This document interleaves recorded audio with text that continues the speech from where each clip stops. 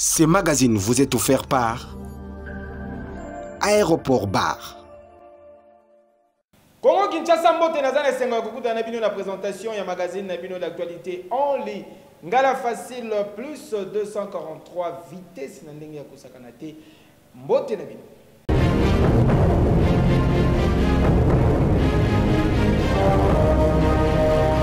L'Assemblée nationale les Sengel Boy Bakemokola lobby ba adoptaki projet de loi portant prorogation et état de siège dans la province de Ituri pe na Nord Kivu Bozobaïka. Chambre basse ya Parlement est prorogé pour la 7e fois consécutive état de siège mokolo ya lundi 30 août eleki pour na compte ya ba province directement touchée na ba guerre, je cite province ya Nord Kivu pe ya Ituri sur 285 députés nationaux oyo bazwaki part na vote ya nouveau projet de loi ya gouvernement défendu na ministre ya justice pe garde des sceaux 281 bavotaki oui 2 bavotaki non pe des élus s'abstenaki na effet oyo projet de loi ya sika autorisant prorogation ya état de siège ezali transmis na chambre haute ya parlement pour la seconde lecture. Ici, il y a qu'à rappeler que l'état de siège est là en vigueur depuis le 6 mai dernier dans des provinces Yamboka. Mesure exceptionnelle, Oyo Ezouamaki, na chef de l'État Félix Antoine Tshisekedi Tshilombo, na optique ya ko pacifier la province ya Nord Kivu pe Ituri, dont population bazali victime ya ba guerre pe ba massacre à répétition. Yo!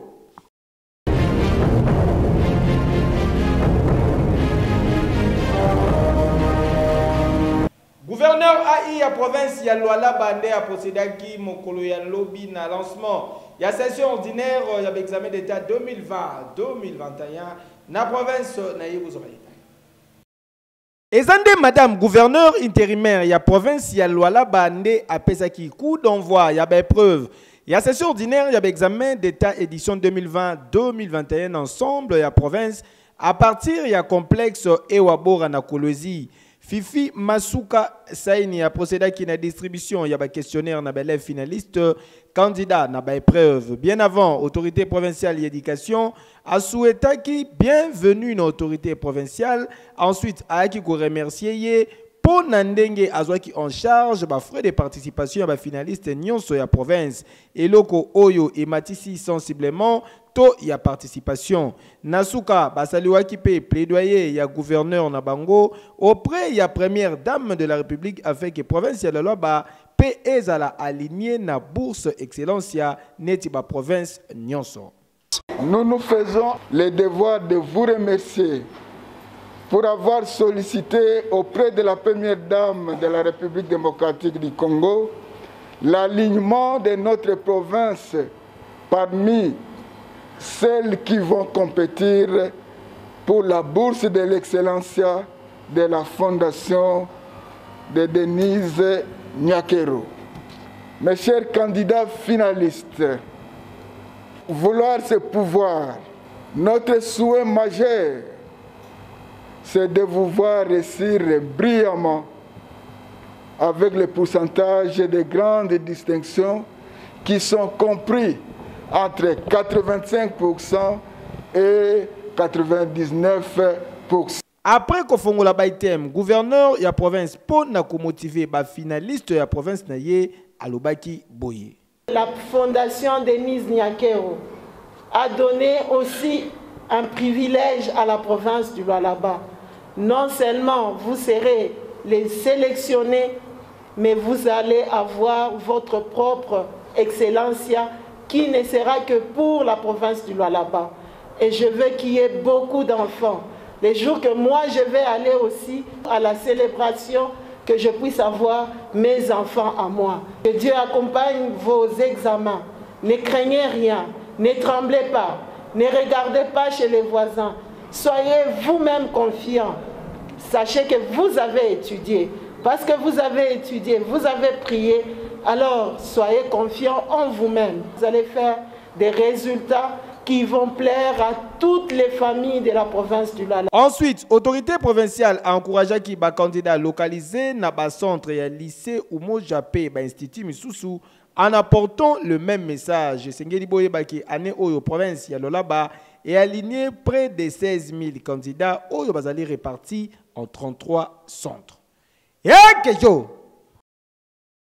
Totika la kaka na dossier exéta pour na koyebisa bino que gouverneur militaire ya province ya Ituri a rassuré que les finalistes qui ba disposition nyonso ezali prise pour te balekisa ba preuve oyo na kimia nyonso pistiso ombulu reportage. Lieutenant général Johnny Luboya Nkashama, gouverneur militaire ya province ya Ituri, a rassuré que lundi 30 août eleki na ville ya Bunia na ba candidat finaliste ya examen d'état édition 2020-2021 que ba disposition sécuritaire nyonso ezwami sur ensemble ya province pour na ko permettre bango balekisa ba épreuve oyo na kimia nyonso pe a insistaki mingi sur discipline pe rigueur. Ba responsable ya enseignement na province oyo na tour na bango pe ba insistaki sur application ya ba mesures barrières pour na lutter contre coronavirus conformément à la lettre d'inspection générale ya EPST. Et c'est que province ya Ituri ezali ko compter précisément 19 869 candidats n'exéta 2021 oyo bazali répartis dans 63 centres. Et que yo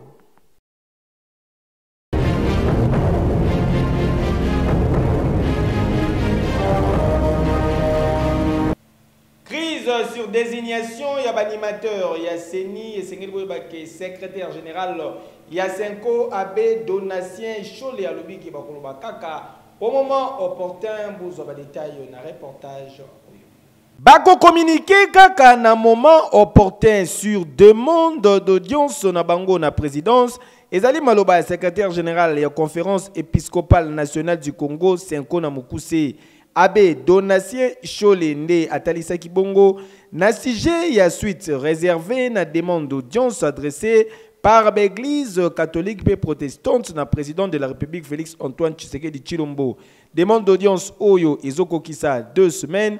Ba confession religieuse 5 PSC bazali kozela toujours koyambama urgemment na chef de l'État pour na tenter de débloquer crise ou yazali ko persister sur désignation ya animateur ya commission électorale nationale indépendante CENI netika kan époque ya Ronsard Malonda ba catholique 5 p ba protestant ECC bazali ko s'opposer toujours na candidature ya Denis Kadima pour la présidence ya CENI nangambu na bango pe basi confession religieuse batalisi ke ba démarche wana etali bango kutute bango ba déposa ki procès verbal na bango sur désignation ya candidat na bango na centrale électorale depuis le 20 août eleki na bureau ya Assemblée nationale. Dossier à suivre. Totikala kaka na dossier ya CENI pour na koloba na ngambu na bango ba fidèle kimbangiste ba s'incliner na maloba oyo père spirituel na bango atalisa ki bozo ba détail d'éléments. Biso église kimbangiste tozalaka na programme moko mokili mobimba ndenge tolandi liloba ya tata mokonzi ya bule nzambe molimo musantu papa Simon Kimbangu Kiangani na biso bato tozali na nkamba na bakimbangiste nyonso ya mokili mobimba tozali sima ya liloba ya tata mokonzi ya bule tozalaka soki papa alobi likambo bakimbangiste nyonso tozalaka d'accord tolobi oui papa nde yango tozali ko informer bandeko oyo bazali kolanda biso ete liloba oyo bolandi na maloba ya papa mokonzi ya bule nzambe molimo musantu chef spirituel et représentant légal papa Simon Kimbangu Kiangani na ndenge a présenté candidat na biso bakimbangiste papa Denis Kadima mwana ya papa Simon Kimbangu mwana ya kati ya ndako ya papa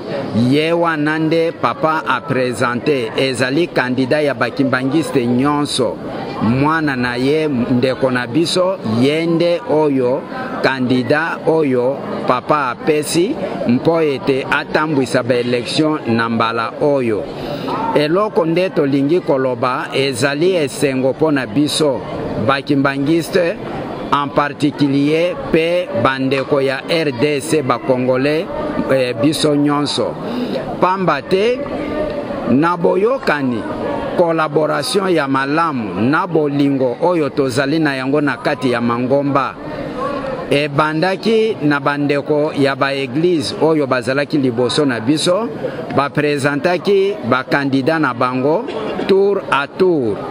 Biso nyonso na confiance tozana yango tondimaki na ndenge ba présentaki ba candidat tozalaki d'accord tolobi oui oyo bango bapesi yende tondimi. Ba église nyonso balekaki déjà lelo ezali tour na biso ba kimbangiste ya ko présenter candidat oyo ya kotambwisa ba élection na mbala oyo.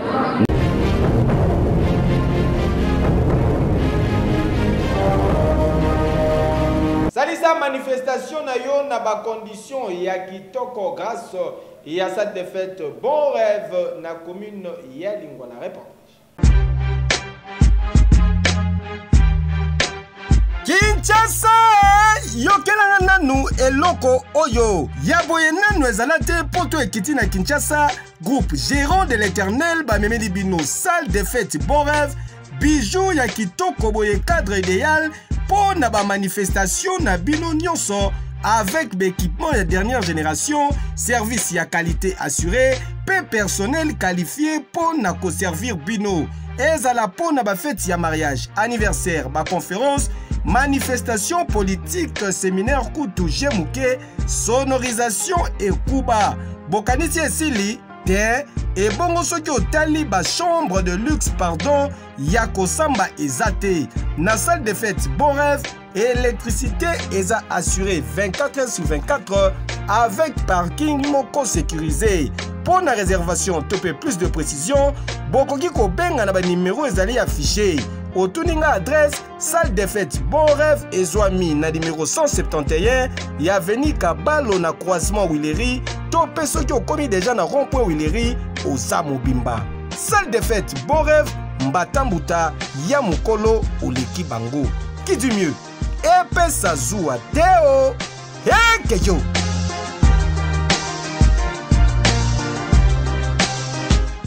Ba mama occasion ya kolata kitoko si yebana ba boutique RH top modèle bilamba ya poto ya qualité ya solo na ba prix ya bana mboka.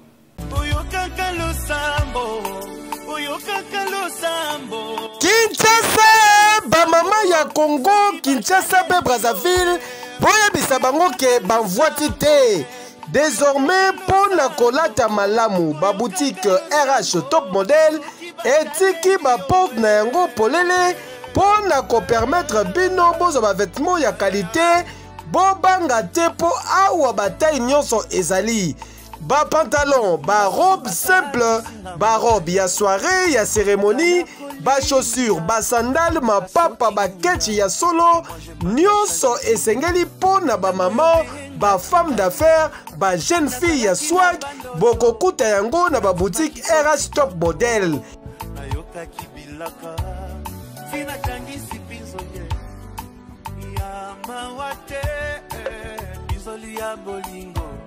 Bona moto alokoti ngai oyokaka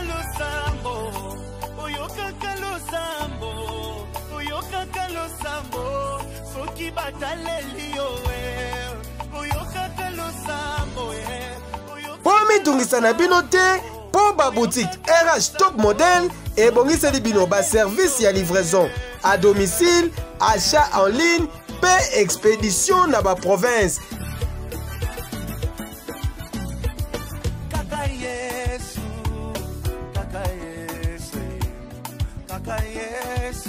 Zambalola salisinga kaka Yesu ouais kaka Yesu Zambalola salisi chante avec moi on y va Jésus Zambalola salisinga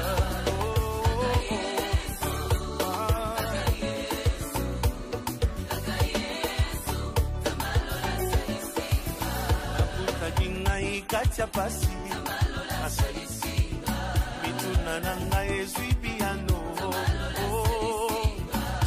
Pour na plus de précision bokoki kobenga na ba numéro ezali affiché to pe boleki na ba boutique RH top modèle oyo ezwami na avenue Colonel Lukusa na commune ya Gombe référence premier shopping mall na premier niveau oza mobimba. Topé Moussousou Oezwami na numéro 1 et avenue Mont des Arts na commune ya Gombe Moussikate na école cours Sénègue. Kasi bobo zanateke ba boutique RH Top Model ezali polele du lundi kino dimanche de 9h à 20h. Kasi dimanche na premier mall exceptionnellement de 13h à 19h. RH Top Model, vous rendre top, c'est notre devoir. Qui dit mieux? Hey, yo!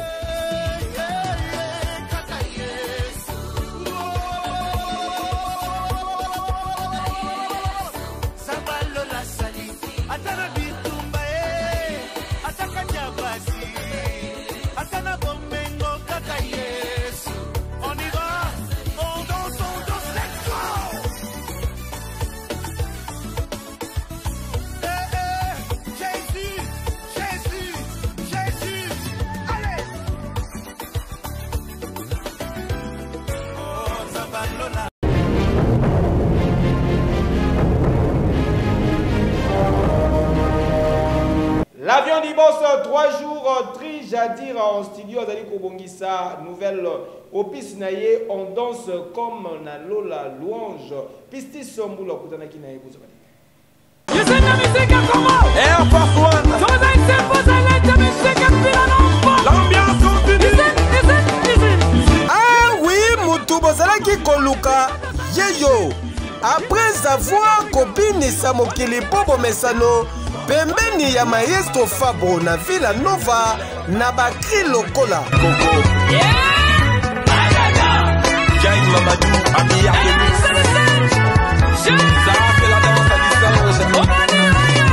Beli Soussou. BDG le Nibidin, style ses paillettes, biblique comme Didio.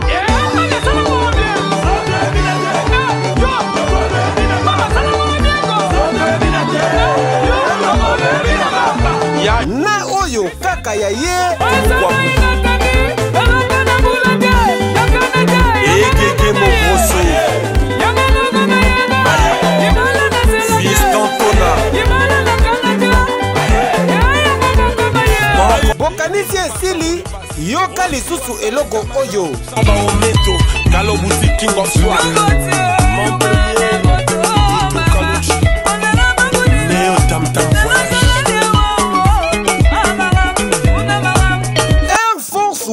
l'avion du boss Trijadir à 3 jours, meilleur animateur africain, Ayembala Oyo en solo, avec nouveau single On danse comme na Lola, veut dire Mabina ya Lola, te surprenant qui est en plein studio, Yoka Lisusu et Loko Oyo.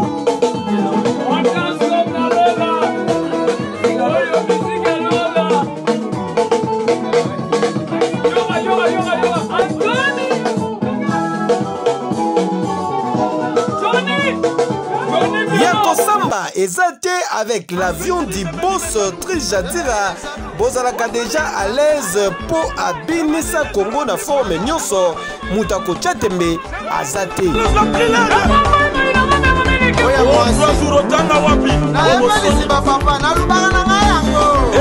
bon kanga ba ceinture pour kalate toko bina comme jamais na single na ye on danse comme na Lola mabina ya Lola biso totombeli kaka bonne chance pe plein succès na carrière na ye. Hey yo! Bidjouane de Bruxelles. Ado you, qui t'a créé? Question bête. 3 jours Trijadira, yo moko pe meilleur animateur congolais. Ekoinda mabe samedi 4 septembre oyo na Twin Bar et par PDG Blanchi. Kiboko Gaz, Fabulous, le tout puissant du rap africain à cause produit Kuna Yokeloko.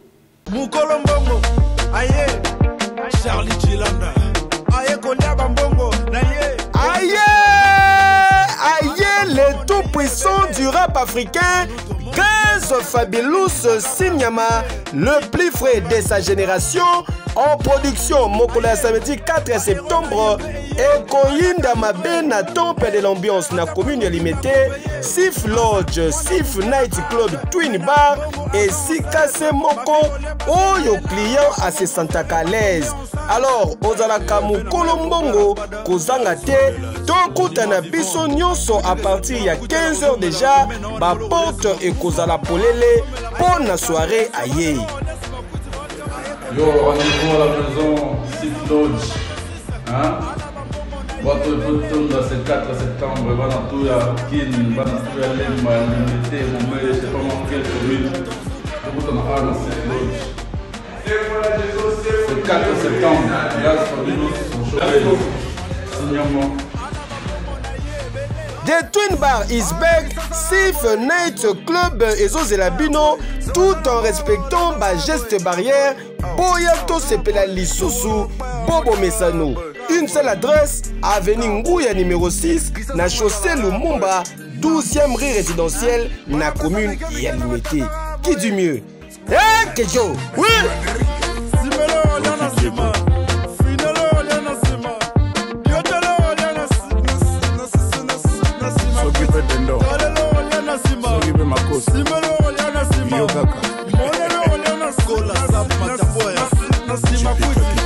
Nona Fuji NF le 10 septembre Oyo na Turquie na Istanbul concert ya Kafu na bateau présidentiel Wangler Miller Management. Miso ese bate butuna moi miso malu de vanome ese confusion le jour la nuit pour kolela na maison place à Pongi. Ya boye nanu ezalate événement à ne pas manquer.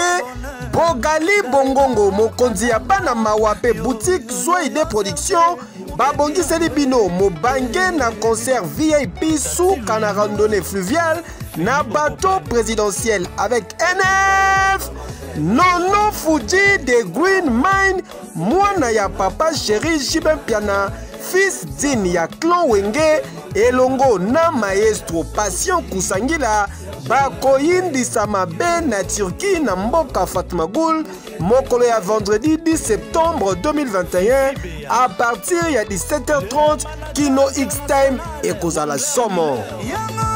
Pourquoi pas kobanga mwana nyau moto piata komi 2 mètres akobanga kamuma mungwa motema nyonso amoureux banga kanango déception popota motema na jamais guéri papa daïda wapio le Salvatore. Droit d'entrée ebongisami na $20 pour na singleton, $35 pour na ba couple, et $25 pour na place VIP.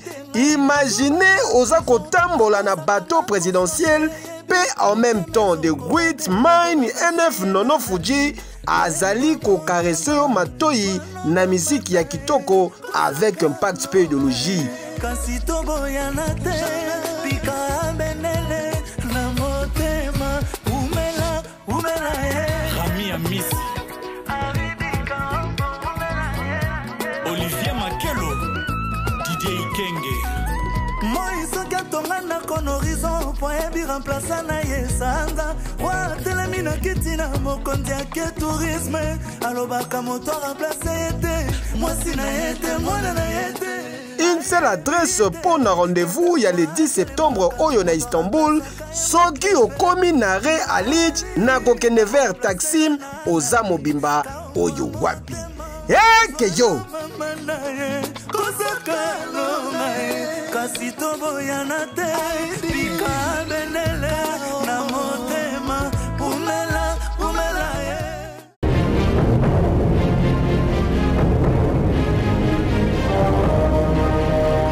Éliminatoire mondial Qatar 2022, c'est un match entre RDC et Tanzanie prévu pour la jeudi 2 septembre au Lubumbashi et Kobetama à huis clos sur instruction et à CAF. خطيرة لمنتخب الكونغو تصديد Ata supporter mon côté à cause de la admin na stade TP Mazembe pour na kolanda match oyo opposé jeudi 2 septembre prochain. Ba Léopard ya République démocratique du Congo pe sélection tanzanienne ndenge. Confédération africaine ya football CAF a décidé. Instance fêtière ya football africain a rejeté ainsi demande oyo certaines nations basalaki en perceptive ya ba rencontre ya première pe deuxième journée ya éliminatoire ya mondial Qatar 2022. Ezengeli koyeba ke RDC Tanzanie ezali seul le match te oyo kobetama à huis clos. Plusieurs rencontres en effet prévues na début ya mois ya novembre pe ezali victime ba supporters ba kokota te. Comme raison, CAF a talisi que certains pays africains babimina noté na crise sanitaire ya COVID-19. D'où match à domicile oyo eko arrangé makambouté après levé la mesure na gouvernement pour na ba supporters ba kota stade ba 11 national congolais bazalaki ko compter sur apport ya 12e homme pour na ko booster moral na bango. Toutefois, bonne chance na ba Léopard ya République démocratique du Congo. خطيرة لمنتخب الكونغو تصديد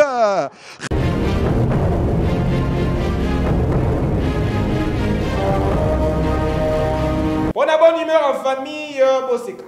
Merci na batonete baza landanga na butanite Diogo babili dutu ba bi côté le upamba perike le upamba Diogo soto kutani fuka bila mwa zorike isala nga bien banduku ndana za lubakaka boy muyibi mawa ya besekei ya muyibi wana akawiba besekei na kate tika basala besekei banduku basuda pe bazao ya patrie ya muyibi wana amemi siko besekei abandu yana ngwa bimina atabwa kutaina baninga ne bamiyibi babenga di oh monsieur ya sekei yana azaya kaka di monsieur yana babi oh seke loko ezaya yetotika e tang muyibi aleki atalaka ka boy fara na basoda barbi oh butana mutoi ayibi sekei ayibi na batanta zukenda ngu wibi basoda nde bazalaka na patrie urgey ay tubenga yaya babinga di monsieur yaka basoda batai bataka muyibi ayakaka babi oh soki zaki mutu normal nde tubenga boy akokima ndeni tori ba yaka tudwa monsieur di yaka yazu yakaka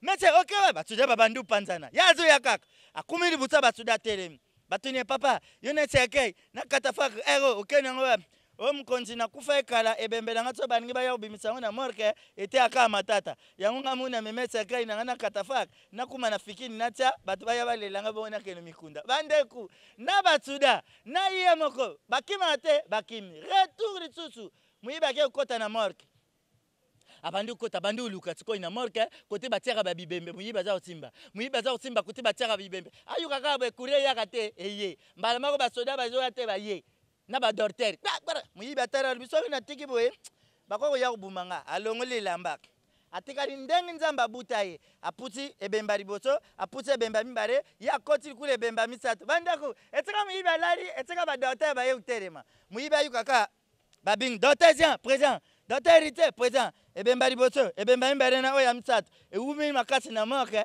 etenga bupasula bango bubimisa ba mtiapa toke kunda bango muyibi tuka yoki ka batang ebemba liboso ebemba mibare ebemba misato ewumi na moke etenga bapasula bango bake kunda muyibi abukana te alamukika te data excuse bonga na ucho kufaka siko Bozalaki tellement belé à Kolanda Magazine Nabino et actualité en lingala facile plus 243. Merci pour la confiance et la fidélité. Botika to souhaiter joyeux anniversaire à une belle dame Naomi Yav Motama et Lamou Moisi Mbiji Tokolia.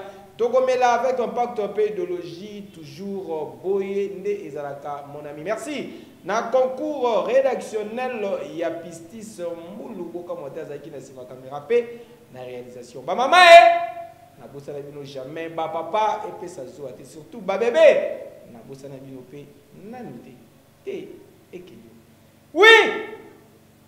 Ce magazine vous a été offert par Aéroport Bar.